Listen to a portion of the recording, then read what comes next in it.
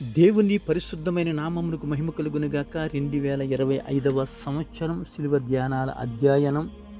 యేసు శిలువపై పలికిన 6వ మాట. యోహాను సువార్త 19వ అధ్యాయం 36వ వచనం. సమాప్తమైనది. ఇలా అనువదించిన పదం గ్రీకు భాషలో సాధారణంగా పని పూర్తి చేసిన వారు చివరిగా పలికే మాట. అయిపోయింది అని దీని అర్థం. నిజమే, ప్రభువు ఆ సమయంలో పడుతున్న బాధ అంతా ముగిసిపోయే సమయం వచ్చింది. అయితే ఈ భావగరితమైన మాటలో మరో ఎన్నెన్నో అర్థాలు మనం చేదుకోవచ్చు. ముఖ్యంగా యేసు అంతకు క్రితం రాత్రి చేసిన ప్రార్థనలోనే ముఖ్యముగా అర్థం ఉంది. చేయుటకు నీవు నాకిచ్చిన పని నేను సంపూర్ణంగా నెరవేర్చి భూమి మీద నిన్ను మహిమపరిచితిని. యోహాను సువార్త 17వ అధ్యాయం 4వ వచనం. ఒక చిత్రకారుడు బొమ్మ గీయడం ముగించాక రచయిత తన పుస్తకములో ఆఖరు పేజీ రాసేశాక అయిపోయింది అని చెప్పగలుగుతాడు. దేవుని రక్షణ ప్రణాళికలోని ఆఖరు ప్రధాన అంశాలను యేసు ప్రభువు మరణం పరిసమాప్తం చేసింది. శతాబ్దాలుగా దేవుడు రాస్తున్న మానవగాథ రచన పూర్తయింది. పాత నిబంధనలోని కర్మకాండాలన్నిటిని అంతరార్థం నెరవేరింది. ఇది వర్తకులు కూడా వాడే సామాన్య పదం. బాకీ చెల్లుబడి అయిపోయింది. మన పాప రుణాన్ని ఆయన పైసలతో సహా చెల్లించి వేశాడు. పాత నిబంధన బలులన్నీ అపరాధాలను కప్పివేయడానికి పనికొస్తాయి కానీ పరిహరించలేవు.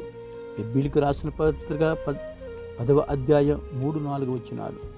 అయితే లోక పాపాలను మోసుకొని పోయి ఇక కనబడకుండా చేసే దేవుని గొర్రెపిల్ల రక్తం మన పాపాలకు ప్రాయశ్చిత్తం చేసి విముక్తి కలిగించింది.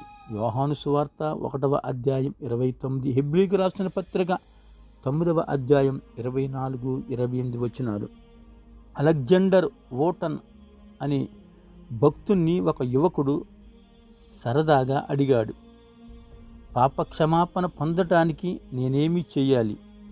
అందుకు ఓటన్, ఏమీ చేయడానికైనా సమయం మించిపోయింది, టూ లేట్ అంటూ ముందుకు సాగుపోతున్నాడు.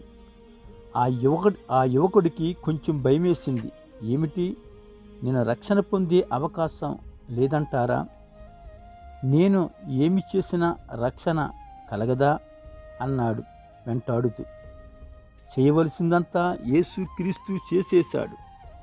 నీవు చేయవలసిందేమీ లేదు, విశ్వాసం మాత్రం ఉంచు అన్నాడు భక్తుడు. నడక వేగం తగ్గించకుండా ప్రభు పని పూర్తయింది. బలి అర్పణ జరిగింది. యజ్ఞఫలం సిద్ధముగా వేచి ఉంది. ఎంత ఘోర పాపికైనా ఎంతటి పవిత్రుడికైనా ఆయన పాప క్షమాపణను అందుబాటులోనికి తెచ్చాడు. పాప విముక్తికి మనం చేయవలసిందల్లా పశ్చాత్తాపపడి సువార్తను విశ్వసించి యేసుక్రీస్తుపై నమ్మకం పెట్టుకోవడమే. మార్కు సువార్త 16వ అధ్యాయం 15-16 ప్రకారం, లూకా సువార్త 24-46-47 వచనాలు. పని పూర్తయింది గనుక ఇక తాను శిలువపైనే ఉండి బాధలు అనుభవించవలసిన అవసరమిక లేదు. అందువలన ఆయన స్వచ్ఛందంగా తానే తన ప్రాణాన్ని వదిలేశాడు. రోమీయులకు రాసిన పత్రిక 8:25 5వ అధ్యాయం 6 ప్రకారం, కొరింథీయులకు రాసిన మొదటి పత్రిక 15:3, కొరింథీయులకు రాసిన 2వ పత్రిక 5వ అధ్యాయం 15-19, గలతీయులకు రాసిన పత్రిక 1వ అధ్యాయం 4 ప్రకారం, ఎఫెసీయులకు రాసిన పత్రిక 5:2 ప్రకారం, ఫిలిప్పీయులకు రాసిన పత్రిక 2:6 ప్రకారం మొదలైన వచనాలు చదవండి. సిద్ధముగా ఉన్న రక్షణను విశ్వాసము ద్వారా చేయి చాపి అందుకునేలా దైవ ప్రేరణ మనకు కలుగుతుంది గాక. మన స్వప్రయత్నాలు మాని శిలువను తేరుచూచి ప్రభు ముగించిన ఆ పుణ్య కార్యఫలాన్ని మనం పొందుతాము. శిలువే నా శరణం. కృపగలిగిన తండ్రి, మహిమ కలిగిన దేవా, మీ కొందనాలు. పరిపూర్ణ పాపికాశ్రయుడా, ఎలాంటి కొదువ లేకుండా నా శాశ్వత జీవాన్ని, అవసరమైన సామాగ్రిని శిలువపై సమకూర్చి సమాప్తం చేశావు స్వామి. మీకు స్తోత్రాలు ప్రభువా. మీ రాజ్యములోనికి రావటానికి మీరు మాకు తెరిచిన ద్వారానికే మీకు స్తోత్రాలు చెల్లించుకుంటూ యేసయ్య నామమున అడిగి వేడుకుంటూ ప్రార్థిస్తున్నాను పరమ తండ్రి.